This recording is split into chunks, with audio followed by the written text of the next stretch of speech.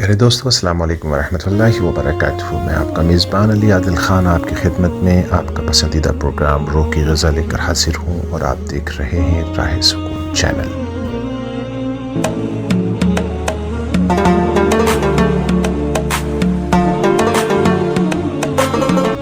دوستو، کل کی ویڈیو میں ہم نے آپ کی خدمت میں نماز میں پڑھی جانے والی سب سے پہلی دعا یعنی ثنا کی تلاوت کی تھی اور اس کا تشریح رکھی تھی، اور آج انشاءاللہ ہم آپ کی خدمت میں سورہ فاتحہ کی تلاوت، اس کے فضائل اور اس کی تشریح پیش کریں گے۔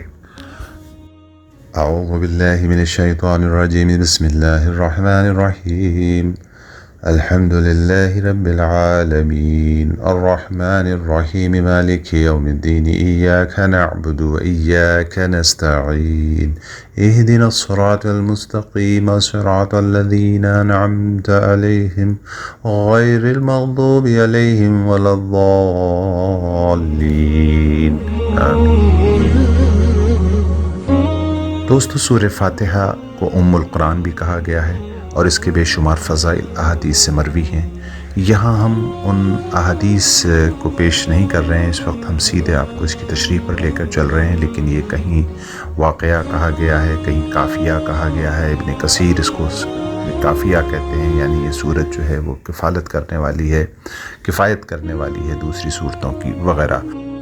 اس کے علاوہ سورہ شفا کے نام سے بھی بہت مشہور ہے، اس کے بہت سارے واقعات ہیں۔ ایک مرتبہ ابو سعید رضی اللہ تعالیٰ عنہ نے کسی سانپ کے کاٹے انسان پر اس کا دم کیا اور اس کو شفا ہوئی۔ اللہ کے رسول صلی اللہ علیہ وسلم نے ابو سعید سے رضی اللہ تعالیٰ عنہ سے پوچھا کہ تم کو کیسے معلوم ابو سعید کہ یہ رقیہ بھی ہے، یعنی اس کو پڑھ کر دم کرنے سے شفا ہوتی ہے۔ اس کے علاوہ دوستو، سورہ فاتحہ میں اسم اعظم بھی ہے۔ اسم اعظم کی خصوصیت یہ ہوتی ہے کہ جب اسم اعظم پڑھ کر دعا کی جاتی ہے تو وہ قبول کی جاتی ہے، یعنی سب سے پہلے نماز میں یہی صورت پڑھی جاتی ہے۔ اس کے بعد اس یقین کے ساتھ اگر ہم اس دعا کو پڑھیں گے یا اس کے بعد دعا کریں گے تو انشاءاللہ کریم دعا قبول کی جائے گی۔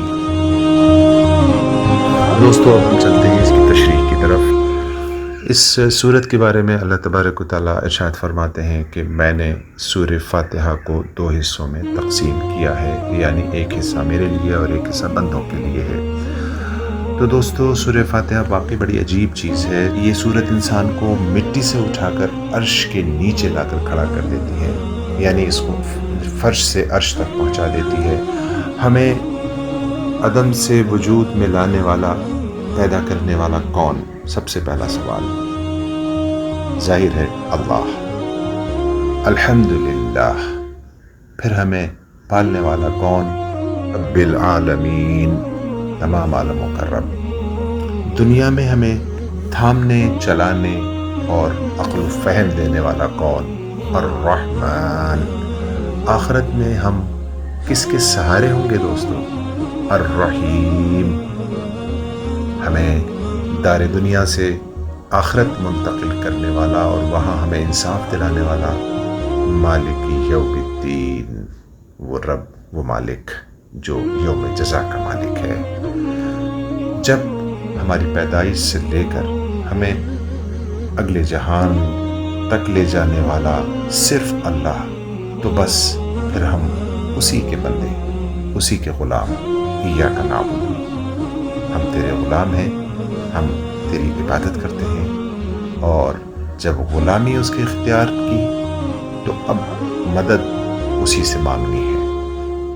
وَإِيَّاكَ نَسْتَعِينُ، اور جھک گئے اور اس کے سامنے سر و سجود ہو گئے۔